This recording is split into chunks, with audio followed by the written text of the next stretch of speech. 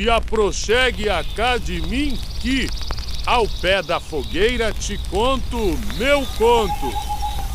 Poema folclórico de Daniel Santana Pelote. Vou contar pra vós, mecê, uma história. Ela é pra lá de cabulosa.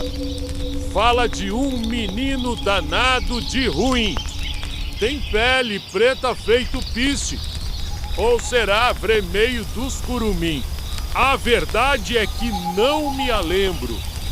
Mas, menino, eu vou te dizer, ele tem uma perna só.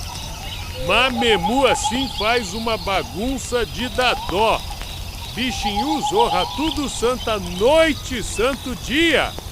Aí sai no maior pinote, sem que ninguém o vê. Até bicho feroz da mata fica ressabiado, gente. Pois ele dá nó em rabo e foge numa felicidade. Daí ri a riba do galho com seu cachimbo a baforar. Não sei nem se a peste é criança levada ou se é coisa endiabrada. Mas quando ouço barulho e meus pelos se arrepia, faço o sinal da cruz pra esse coiso ir-se embora quanto é dia. Diz que é maldição ter visita dele dentro de casa.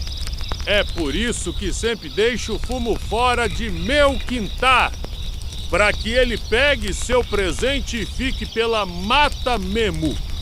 Olha, menino, não sei se tu acredita neu, mas é o que contou meu pai pra mim, que ouviu do pai dele, que conheceu essa história, não a lembro de quem, mas é bem assim esse tar marvado do Saci. Faz marcriação e não gosta de ganhar perturbação.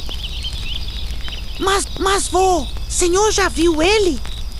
Eu, menino, já vi coisa nessa mata que você nem imagina. Mas deixarei este novo relato para o próximo poema.